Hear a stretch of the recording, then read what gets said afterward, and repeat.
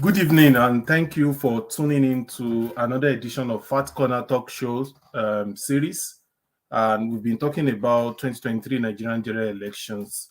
And today, my name is Gideon Oguniyi. I'm the project lead of Fat Corner. So today I'm going to be talking about a very important topic, which is tribalism and nepotism in Nigerian politics. And let me start by saying that at Fat Corner, we educate young people in Nigeria and Africa on their roles in politics, in nation building, in governance of their country. And if if you have not liked our page, I think the first thing to do is to like our page so that you can see the previous editions of this talk show series and also the interviews that we've done on Fat Corner and also our previous presentation. So you can see Fat Corner, FACT in uppercase, and Corner in lowercase on Facebook and also on YouTube. So today, like I said, I'm going to be talking about tribalism and nepotism in Nigerian politics. And this is important because these issues are among the biggest problem that is facing Nigerian politics. And these issues have eaten deep into our national fabrics, into the sense of our cultural coexistence as a nation. And if we think that this is not an important issue to deliberate on, it's like we are saying that God does not exist. So it's not an issue that we can neglect as a country, because these petty wars that are going on right now in Nigerian political landscape, they are big enough to result into something that is greater and unresolvable. And if you take, for example, the civil war in Liberia, it all started as a result of tribal conflicts, which is similar to what we are having if you look at the events that is happening in our political landscape. You'll see that you have a lot of tribal conflicts, and that is dominating our national discourse, is dominating our political discourse. And I think that is a very important issue to discuss. And this is why we are going to be talking about this thing. So, what is tribalism? What is nepotism? Do they really exist in Nigerian politics? Why do some group of people feel so superior about their tribes over others? And why is it that we even have some high-level educated citizens that are caught in this uncivilized tradition? So these are some of the things that we'll be talking about in today's talk show. But I want to start with what tribalism is all about. And I'm going to start with what is a tribe. So a tribe is a group of people that feel connected to each other in a meaningful way. And there are so many things that can connect people together. It can be ethnicity, it can be religion, it can be their language, it can be their ideology, it can be their nationality, it can be their lifestyle, it can be class, it can be kinship, and different things that connect people together. So what is tribalism? I go to the next slide, and it's talking. This is the definition of tribalism: is a state of existing in tribes, tribal feeling, tribal prejudice, or exclusiveness, tribal peculiarities or characteristics. And you see that okay. Let me also define nepotism. So nepotism can be as a result of tribalism. So nepotism is giving favor, whether in politics or in business or in an organization, to your relatives or to people that you think you share some tribal traits with, or some people that you believe belong to the same group like you. So when you give them favoritism, and when you merit favoritism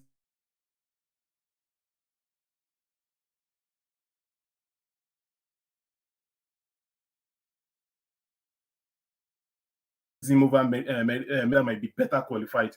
So nepotism is actually saying that in a polite way of saying that you have no chance in hell of ever being promoted. So because I have my nephew, or I have my tribal man to be considered for that position. So tribalism become a big problem when you begin to have the mentality of us versus them, because you belong to a group, you belong to a particular social identity, you belong to a particular cultural group, and you're beginning to see people in the other ethnic group as your enemy. When you begin to have this mentality of us versus them, then tribalism is taking a dangerous dimension. So it becomes an attitude. It becomes an attitude. It becomes a pattern of behavior when you begin to discriminate or have some prejudice that is based on your strong loyalty to your tribe or your social group. And don't mistake, I'm not saying that people should not have loyalty to their tribe or to their religious group or to their social group or to their organization. But when it becomes an object of discrimination, when it becomes an object of prejudice against some other group, then it becomes a problem. And you see that so tribalism is what makes us to it starts affecting our judgment of issues, and it starts affecting the way we see what is good and what is not good. So when we begin to have this, it is us that is good, them they are bad. And when we begin to have, it is us that is right, and them they are wrong. It is us that are worthy of a position, of a privilege. For them, they are unworthy. And when we begin to have this judgment that is based on tribal sentiment, that it's us that are rational, the other people from other groups, they are irrational, and it is us that always say the truth, and them, they are always wrong. So when tribalism becomes the basis of our judgment and basis that supports our behavior, it affects how we act, how we behave, what we say, what we think is reasonable, and what we think is unreasonable. And all of this is based on your sentiment, ethnic sentiment. Then it becomes a very, very big problem. And it causes polarization in the society. It causes magnification of differences between people. I mean, when you, and how large, how strong these differences are determine how dangerous the dimension of tribalism have taken. So these are some of the things that we'll be talking about in this talk show this evening. Before I go into specific examples, I'm going to show you how tribalism, I'm going to start by telling you the historical perspective to tribalism in Nigerian politics. The historical perspective of tribalism in Nigerian politics. And that is what I'm going to start this presentation from. So let's look at the role that ethnicity, tribalism has played in Nigerian politics, the roles it has played in Nigerian politics, even before, since pre-colonial era, and is arguably one of the most important causes of conflict and overall obstacle to economic development in Nigeria as a country.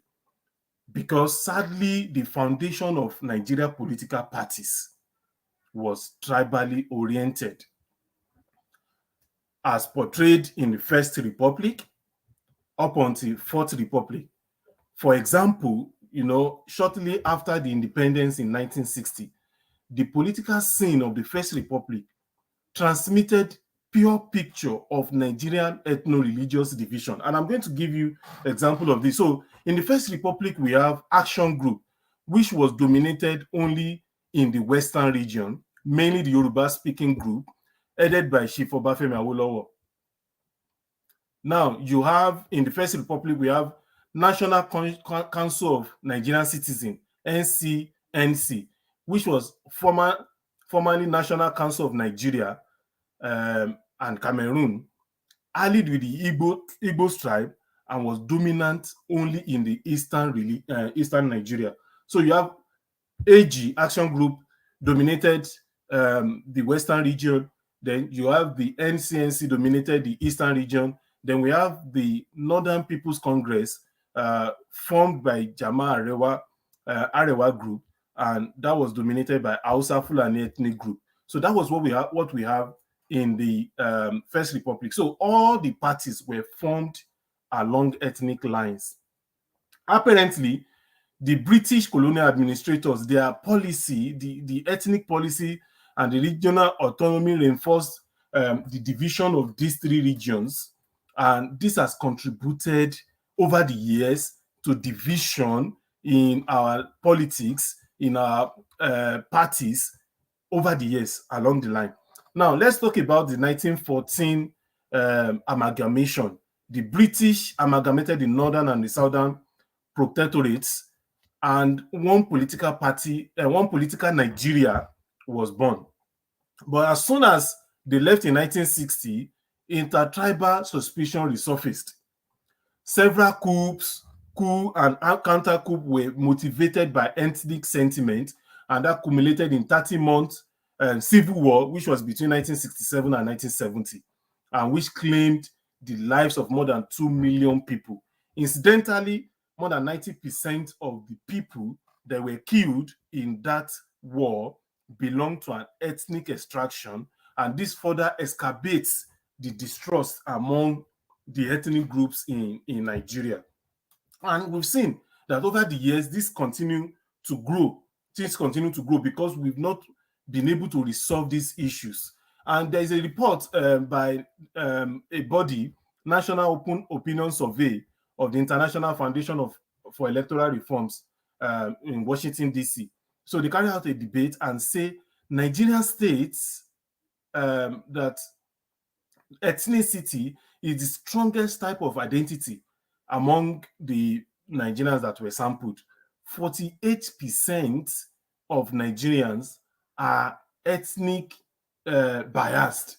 They align with their ethnic identity, and they have this mentality of us versus them. And it's only 28% you have in terms of the occupational identities, and just only 21% when it comes to religion. So this is saying that the correlation between ethnicity and the electorate is very, very strong, and the people is very, very strong. And we've seen how that manifested in the previous general election. Let me talk about the recent ones. In 2011, you have general elections in Nigeria that give a clearer view of how ethnicity and tribalism is playing, that gave a clearer view of the impact of ethnicity and tribalism. The outcome of the election, of the presidential election in 2011, showed a pattern of vote that was deeply ethnic and religion oriented, because you had both candidates, Muhammadu Buhari and Goodluck Jonathan. They have more than 95% of votes casted in their region. And I would say that this also still play out even in 2023 presidential elections. You see, for example, in the Southeast, 95% of votes in some of the states in the Southeast were for a particular candidate that's from that particular region. So we've seen that over the years, the evidence that we see from our voting pattern is that we are voting along ethnic and religion lines. And this is one of the early warnings of sign of political crisis that can happen in Nigeria and must be addressed. And several people have argued that the political behavior of Nigeria is heavily influenced by their political identity, by their ethnic identity, their religious identity. Now, I want to give you some examples of the dangerous trend that this is taking now, and I'm going to use Lagos as a case study. Let's look at what is happening in Lagos, the politics of Lagos. Let's see the impact of tribalism, of religion, of ethnicity, and nepotism. Let's see the negative impact of this, and let's see the dangerous dimension it's taking I choose Lagos because Lagos has about 10% of the total population of Nigeria, and I believe that if not all, almost all the ethnic groups in Nigeria are represented in Lagos. So Lagos gives me a kind of a good representative case to discuss the problem of tribalism and nepotism in Nigerian policy. So I'm going to start by giving you some of the tweets that I see from people talking about Lagos gubernatorial election. So this person is saying most people defending Chinedu Gbadebo on Twitter are Igbo. Now, this Chinedu Gbadebo is a candidate of the Labour Party for the governorship election that is happening tomorrow, that is happening on Saturday, 18th of March 2023. So he's saying that most people defending Chinedu Gbadebo on Twitter are Igbo. If they so much love Patrick Rhodes Vivor that much, they can allow him to become governor in the East. After all, he has Igbo blood too, and he can speak Igbo but cannot speak Yoruba. So you see that the sense of judgment of this person is that, look, because this person cannot speak Yoruba, it means that he's not competent enough to be a governor of a state. Because this person has some Igbo blood in him, because one of his parents is from the Igbo, it means that he cannot become governor in Lagos. He should go and become a governor in the East. So he's not talking about, he or she is not talking about whether this person is competent to be governor or whether this person can be governor. What he's saying is that, look, because of his language, because of he cannot speak Yoruba, it means that he cannot be governor in Lagos State. Now look at this person. This person is saying a Yoruba descendant from Brazil has more claims to Lagos than you idiots. Cope better. These guys are so disgusting. So, like I mentioned, I said tribalism takes dangerous dimension when you begin to have the mentality of us versus them. When you begin to see that because you belong to certain ethnic group, the other ethnic group, they are not worthy. They are irrational. They are idiots. They cannot be true. They cannot be right. They are less than human. So when you begin to see issues from that perspective and begin to make judgment from that perspective, tribalism, nepotism is taking a dangerous dimension. And that is why we are discussing this kind of thing, so that we can educate ourselves. Look at this tweet. So this person is saying, Gbadebo, the candidate of Labour Party for Lagos gubernatorial election, is more attached to the Igbos, even dislikes Yoruba, but one bastard is calling us bigot for turning him down. Olori Buruku ni gbogbo akotileta Yoruba. So this person is saying, even the Yorubas that are supporting these guys, he's saying all manners of derogatory, he's making all manner of derogatory comments against them. Now, this is another person. This person is saying, don't you people have shame? Why are you so obsessed with Lagos, a city very far from your state? So you see the question of us versus them. This is our state. Even though all the ethnic tribes in Nigeria are represented in Lagos, many of them were even born, many people were even born there that were not Yorubas. And people are saying that, why are they obsessed with Lagos? Why don't they go back to their own city? Why don't they go back to their own states? Why do they want to become something in Lagos?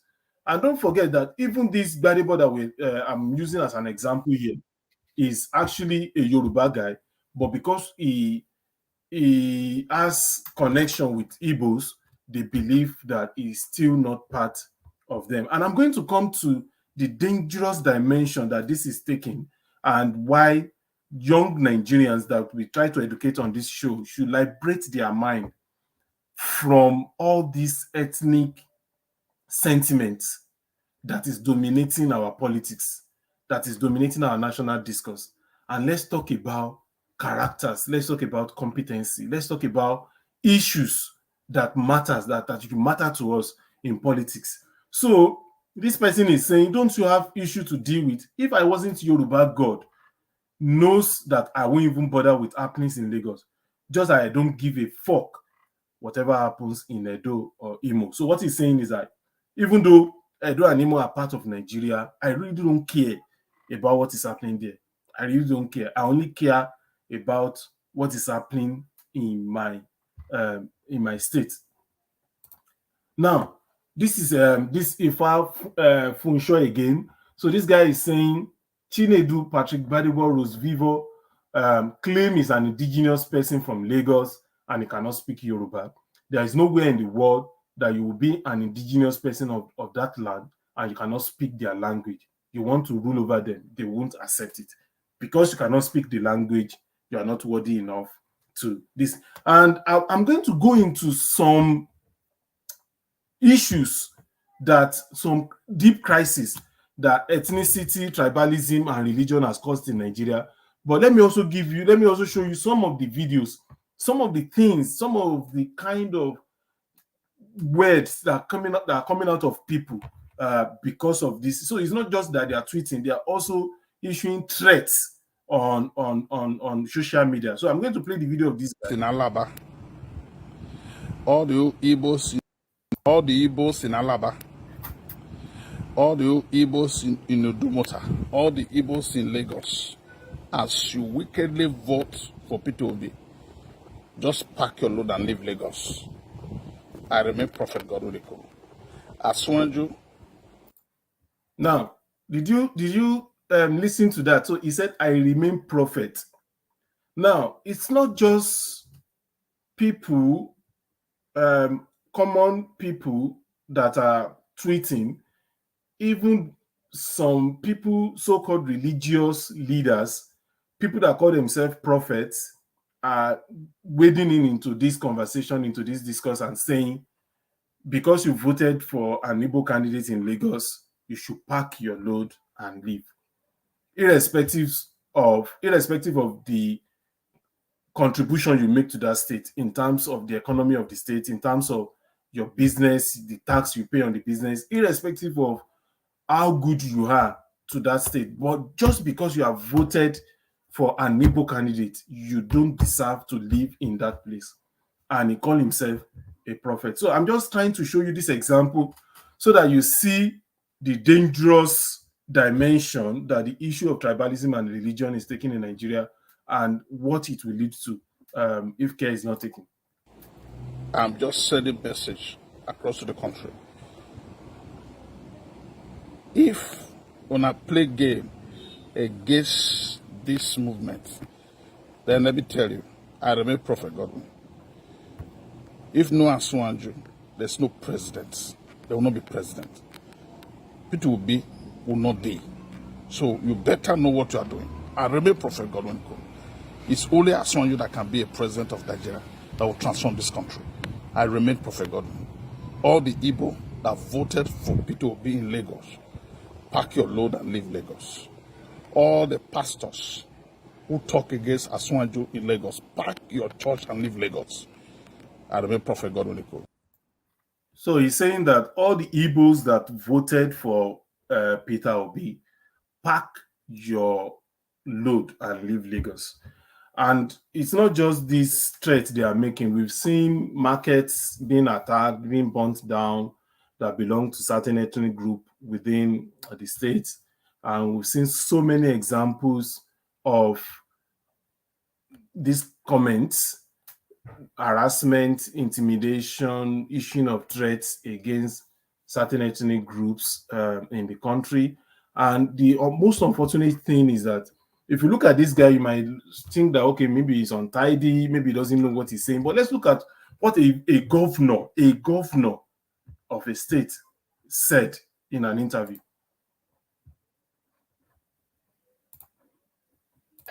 You see, Obi, there are no two individuals that are the same. That moment and momentum was for Obi. If I say because Fauci was popular when he was contesting the election, so that now can carry my son automatically, can carry my friend or my wife automatically, I'm deceiving myself. The momentum, the tailwind, like I always tell you, was an obese Hurricane. Now, let's go to the candidate of Labour Party. The candidate of Labour Party, for my findings, was born in Lagos, cannot speak Yoruba. Sure, they will get interpreter for our governor to explain. They will get interpreter for him, the candidate of the Labour Party. You see, you can't say because Obi won an election, you want to take advantage. Nobody will hand over Lagos State. This Lagos State is the economic hub of Nigeria. How are we going to throw the baby and the bathwater away? What risk would you want to take? For me, I think Sanwo-Olu, the Lagosians, should return Sanwo-Olu as governor. So if you look at the argument of Governor Fayose, ex-governor of Ekiti State, he's not saying that, look, this guy is not competent. I mean, you can have an argument and say this guy is not competent, this other one is competent. But what he's saying is that because he cannot speak Yoruba, it means that he's not competent enough to be a governor. So I've shown you what prophets are saying. I've shown you what a leader in Nigeria, like somebody that has been a governor of a state, is a leader in Nigeria. I've given you what he's saying that somebody cannot be governor because of the language he speaks. Now, let me give you what a talk, or okay, maybe some people will call him leader of commercial drivers in Lagos. They call him MC Oluomo. So let me give you what he's saying.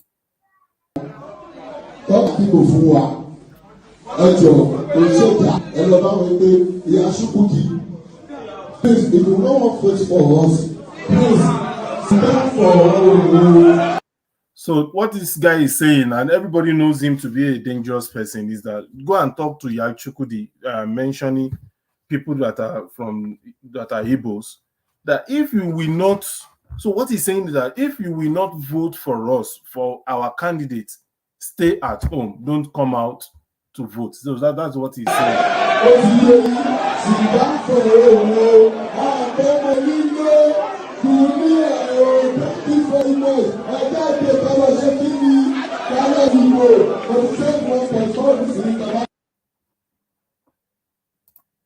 Yeah, so he's saying that if you will not vote for us, stay at home. Now, this thing is taking serious, dangerous dimension, because it's let me even show you what is coming from the traditional institutions in the country. So this is a tweet from someone saying there's going to be Oro Festival. If now your papa born you and you belong to hip-hop, go and disrespect our tradition and culture in Lagos, you will meet Agbako immediately. So I saw a poster where a king or a traditional ruler in Ikorodu is saying that there is going to be a festival on the day of the election, today, which is Friday, 17th of March, 2023, from 10 p.m. till 5:30 a.m. on Sunday. So he's advising people that don't come out to vote. So a traditional ruler that's supposed to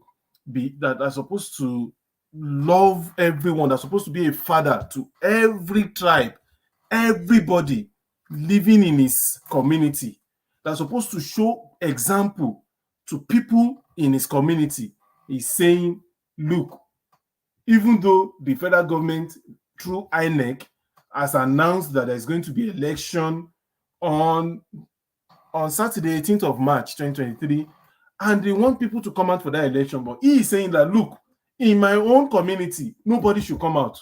Don't come out to vote, because I'm going to do a festival.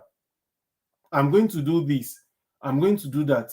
And then he's advising that if you are, he advised both males, females, daughters, residents, strangers, car owners, Okada riders, everybody not to come out. He now put an emphasis here, those who are not original Yoruba, those who are not original Yoruba or indigene of Ikorodu town to please stay away from coming into Ikorodu township from 10 p.m. to 5:30 a.m. on the above named dates. You now put it in red. Be warned. Be warned. We will not see the annoyance of the ancestors. So you see traditional institution. I'm just giving you all this scenario before I go deep into the issues. So you see traditional institutions in the country coming to threaten people not to come out on the day of an election because they want to do a festival. And let me say that religion, there should not be conflict between tradition, whatever tradition you have, whatever religion you practice, whatever ethnic group you belong to, and your sense of nationalism. And your sense of nationalism, if you call yourself a Nigerian, you call yourself a patriotic Nigerian, you should not place your religion in conflict or your tradition in conflict to your sense of nationalism.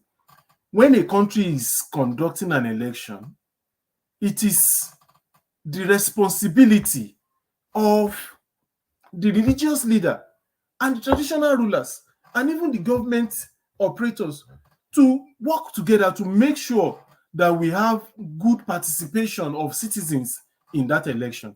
But when people are using their position to undermine a national election, they are using their position to intimidate, to harass people from exercising their right under the law. So that shows the kind of issues that is building up in Nigeria. And if care is not taken, this will lead to something serious. So ethnicity, tribalism has flourished in Nigerian politics because the Nigerian elites, the religious people, religious leaders, the traditional rulers, the political elites who inherited the colonial state have conceptualized how they want to use tribalism, ethnicity, religion as a tool to divide the people so that they can continue to advance their own selfish, ulterior motives. And we are seeing signs of a failed state in Nigeria because of a number of factors: the cultural and value decadence, the fragile political structure of the country, the poor leadership of the country, the frequent ethno-religious crisis that is happening all over the place in the country, and the way the elites are even fueling this crisis is showing that Nigeria is moving gradually towards a failed state.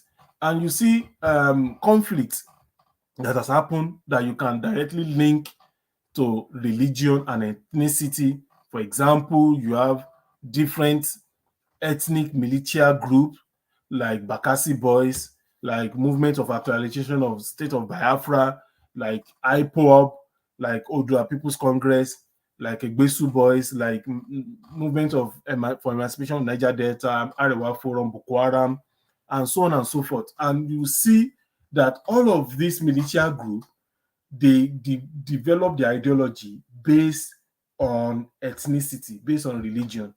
And we've seen the amount of damages that these groups have caused to Nigeria as a country, to Nigeria as a nation.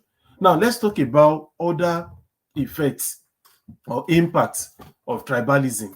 It has affected the country ability to fight corruption, because you see, now there is a tradition in Nigeria that forbids citizens exposing or prosecuting their fellow tribesmen for corruption, for corrupt practices. So people even begin to bring ethnic sentiments into fight against corruption. So you see corrupt tendencies are exhibited and laws violated, yet individuals that have violated the laws and that have shown corrupt tendency, they invoke ethnic sentiment so that they can get away from prosecution.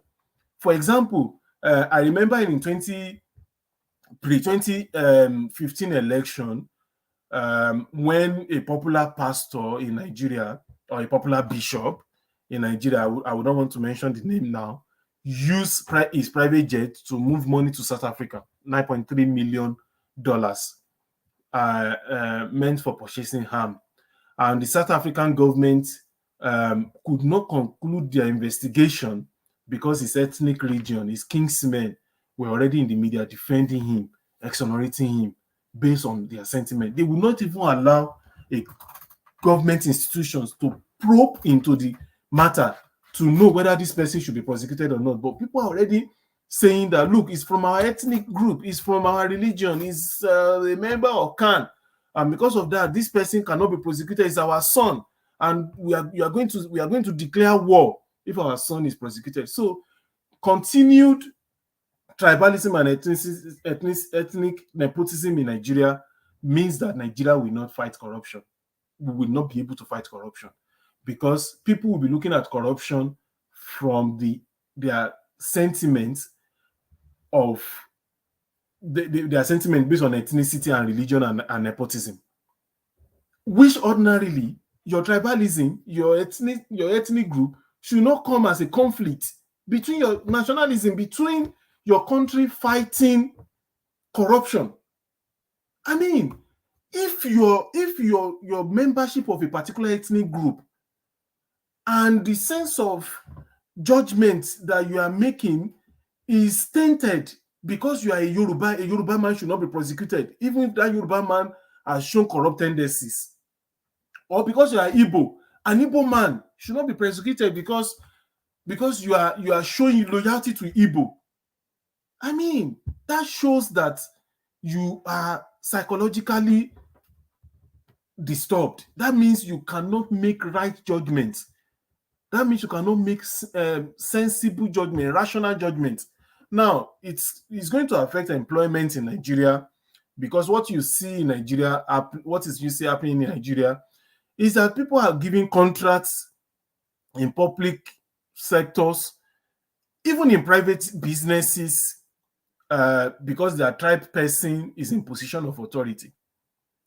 So it's a system that the merit is relegated to the background, and people get contract, people get employment because their tribe person is in position of authority, and which is nepotism that I defined when I just started this conversation.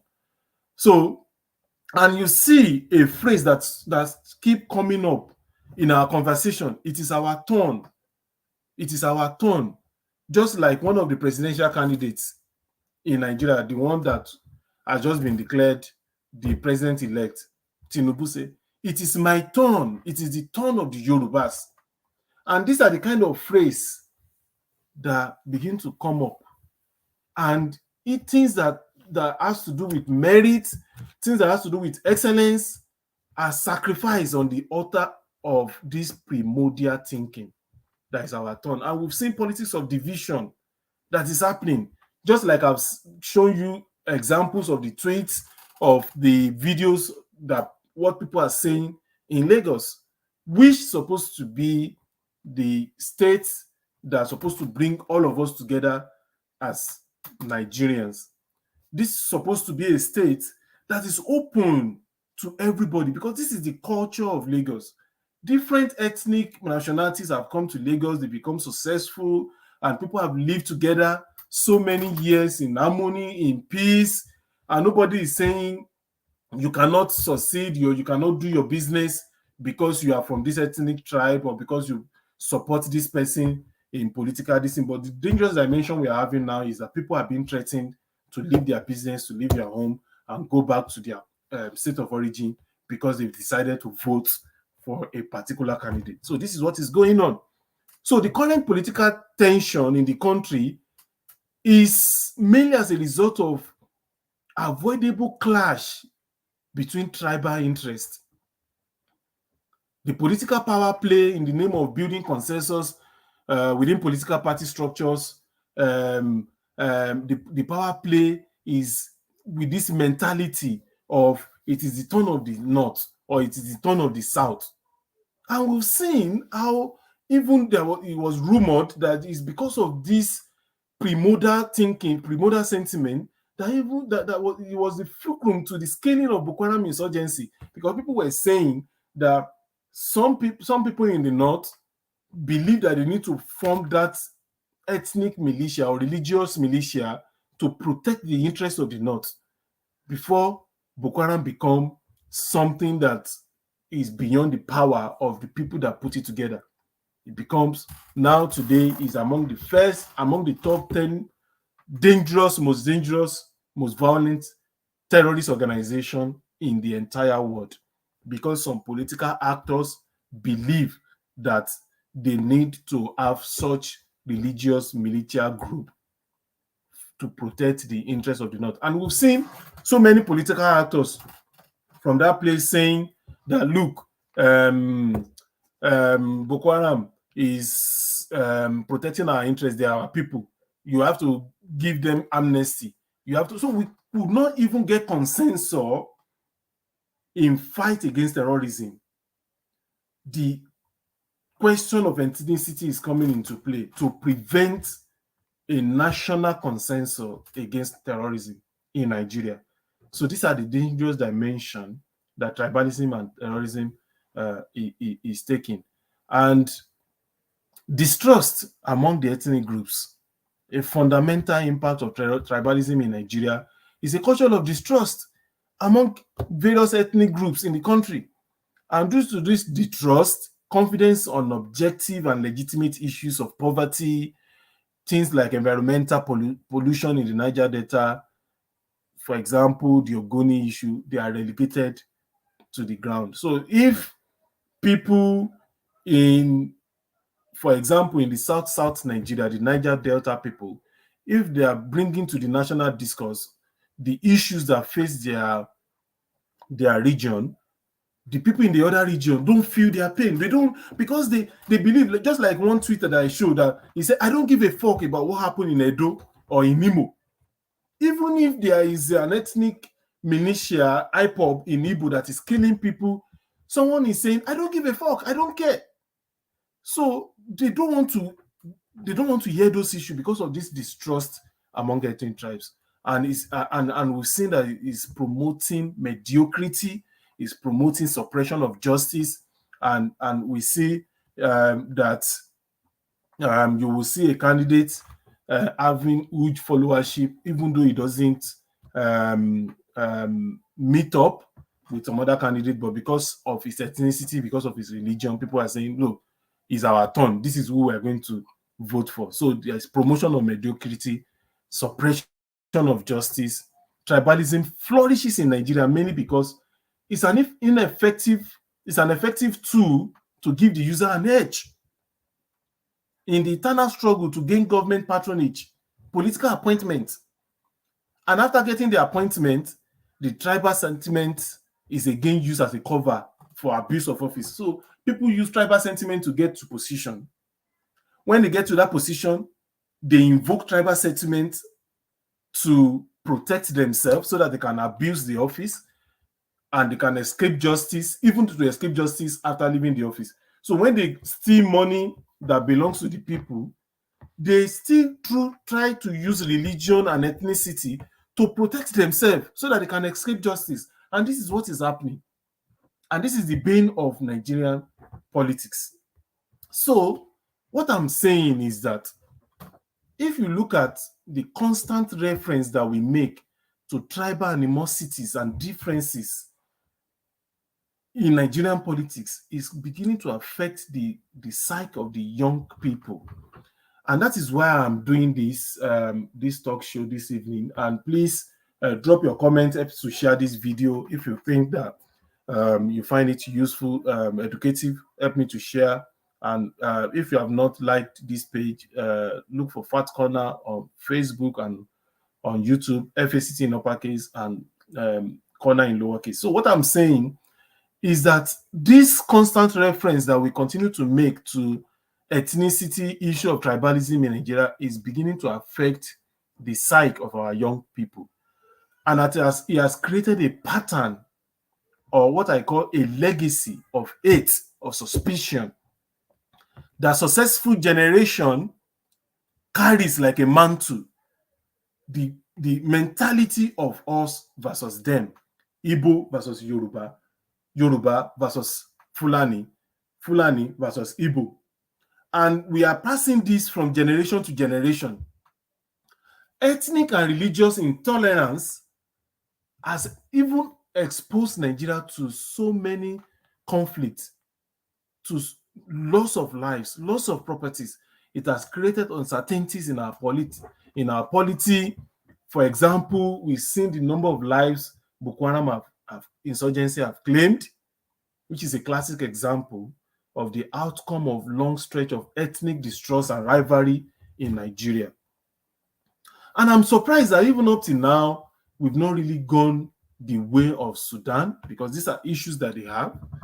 The way of Central African Republic, Mali, Somalia, these are issues that we have. Although from recent statistics that I saw, Nigeria has actually overtaken Somalia as one of the most terrorized countries in Africa.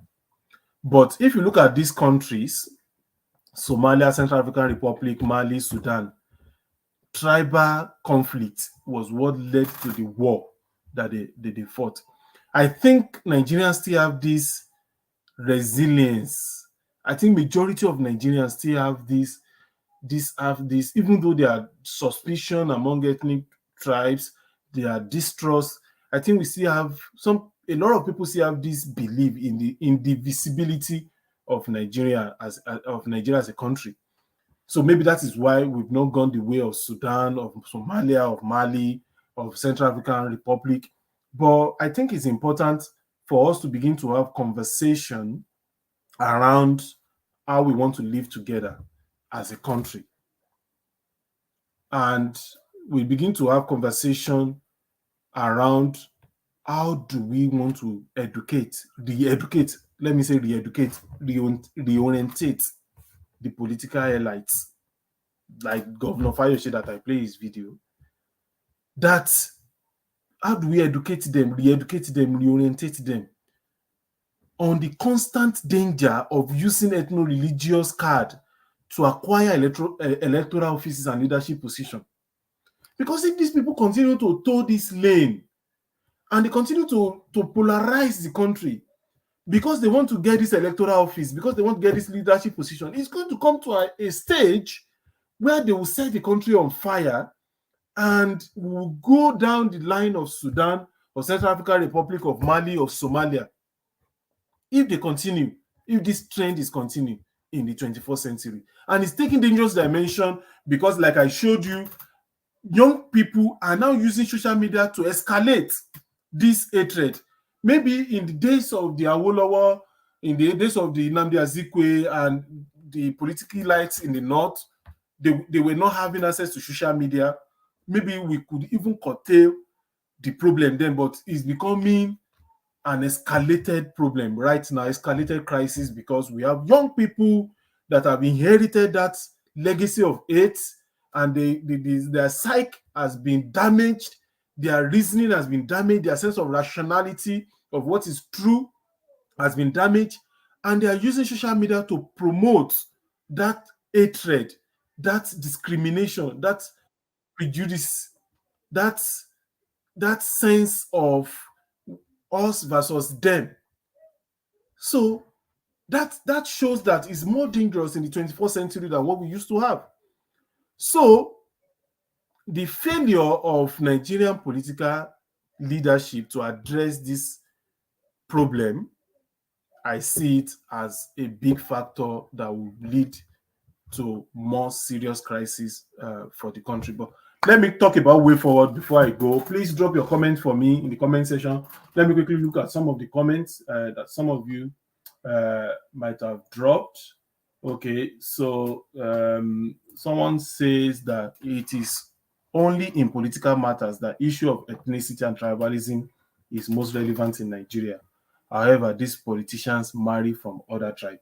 So this is a very sensible comment. So this person is saying, look, it's when these people are looking for power that they magnify ethnicity and tribalism. But when it comes to marrying each other, or when it comes to coming together to share money, they don't talk about ethnicity, they don't talk about tribe. So what I'm trying to say here is that young Nigerians should not fall for this thing. they should not carry this burden. They should not carry this legacy of hatred. They should not allow politicians to mislead them, to make them they should not allow politicians to play them like cards. We cannot, because we will not have mono-ethnic country.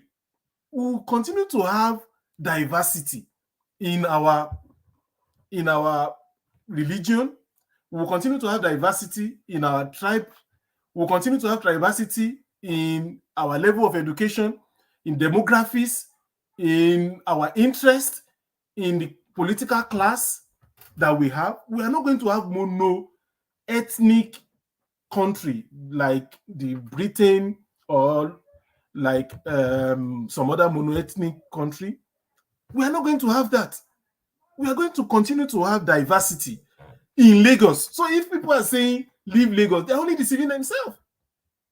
They're only deceiving themselves. We are going to continue to have diversity in Lagos because people that have come to Lagos 100 years ago, 50 years ago, they built their empire in Lagos, they built they are not going to leave Lagos because you ask them to leave. They will continue to explore the potentials they have in Lagos. So what I'm saying is that let's face the issues that are facing Nigerians. And what are the issues that are facing Nigerians? Issue of corruption, issue of impunity among the political elites, abuse of power. If people abuse their power, the privilege they have in office, let us come together to fight them. Let us come together to fight them. Let's come together. Let's have a consensus around what is good and what is wrong. Let's have consensus around what are the acceptable behaviors of political leaders that we have in the country. What are the things that should be acceptable to us? Don't let us color our eyes, our sense of judgment with he's a Yoruba man, he's being prosecuted because he's a Yoruba man, I have to support him. No, that is not going to help us in the long run. So let's face the issue of corruption, let's face the issue of impunity, let's face the issue of police brutality, lack of respect for the rule of law, intolerance, injustice, unfair distribution of resources, discrimination of minorities. These are the issues that we need to face. And these are the things that I think young people in Nigerians we need to come together, we need to unite and say, look, whether it's from my tribe or it's from my this thing, if he abuses his office, he has to face the music. I don't care about where he comes from. Because if you look at the problems and the crises that we have, I mean, if bandits attack a community, do they ask whether people are from Yoruba or Igbo? They just kill everybody. Or if a train is attacked by bandits, we then start looking for Hausa or Igbo before they attack. They kill everybody. The same way with food inflation, it doesn't affect the Igbos more than the Yorubas or the Hausas more than the Igbos. The same thing with the issue of youth unemployment. It affects everybody. The issue of poverty affects everybody. And I think we need to learn from other multi-ethnic society who have used the diversity in their ethnicity, the diversity in their countries like South Africa, Britain, Indonesia, countries like United States of America, where you have so many diversity in terms of the political class, in terms of religion, in terms of some other things. Countries like India that also have huge population like us, and that also have diversity in terms of the type of tribes they have. Let's learn from them. Because you see, these countries are developing and they are using the diversity they have as strength. They are using the diversity. They are not coming to tell you, vote for me because I'm a Yoruba man. And even if we are talking about Yoruba, let's even pick Yoruba. Are we saying that we are even united as Yoruba? Because the last time I checked, there was still fight between Ife and Modakeke, and I know communities within Yoruba that are still fighting each other. So why don't we unite and see ourselves as one Nigeria. We have over 250 ethnic groups. But what I've seen, the pattern I've seen is that even the minority ethnic groups are not the problems. I've seen that this issue of ethnicity in Nigeria is caused by the major ones, the Yorubas, the Igbos, and the Hausas, and the Fulanis. And it's caused. So what are the solutions? What are the way forward? Please drop your comments for me. Let's see what should be the way forward to all of this issue. I think the first one I'm going to talk about is the issue of restructuring of the governance structure of Nigeria. And I think we need to have constitutional amendment. And I think young Nigerians need to sort of have consensus around this issue. We need to allow regions, different regions in the country, to have some sort of autonomy. Let's have a very small central government, but autonomy around regions, more freedom for them to develop their region. I think ethnic organizations like Afenifere, like the one in the Middle Belt, I think even Ohaneze Igbo, I think all of them, they are kind of having consensus when it comes to this. It's only the political elite that doesn't want to flow in that direction. They are kind of having consensus around, let us restructure the country. Let's restructure the governance structure. And I think it's one thing that will reduce this tension that we have. I'm not saying that we will not have corruption even within the regions. I'm not saying we will not have corruption between Yorubas or corruption within Southeast. We are still going to have that issue. But I think if we give autonomy to each of the region that sort of have uniform ethnic nationalities, I think that's one way forward of us living together in peace and harmony. Another thing, and I think this is what we need to learn from the United Kingdom. So in the United Kingdom, there's a piece of legislation called Equality Act 2010. And what that piece of legislation is all about is that it's all about equality, it's all about diversity, and it's all about inclusion. And what that policy is saying that, look, there are some characters, protected characters, like the name, like the age of people, like their sexual orientation, like their ethnicity. Those issues should not be used for discrimination. And if you are a manager or you are an administrator in an organization, if there's an evidence that you have used any of those characters, they call them protected characters. If they see that you have used any of those characters to discriminate, you are gone. We need to come up with such kind of legislation where we say, look, if you use people's place of birth or state of origin to discriminate against them in any decision making that you are making in your organization, you are gone. And that your organization should come up with policy that promotes equality, that promotes inclusiveness of different diversity that you might have. So I think these are the things that we need to talk about. And we also need to talk about legislation or some sort of reorientation of political elites, the people that are coming into the political space as elected officials and appointed officials. We need to come up with legislation on what they can say, because these people carry much influence, and not just them alone, even the celebrities, what they can say.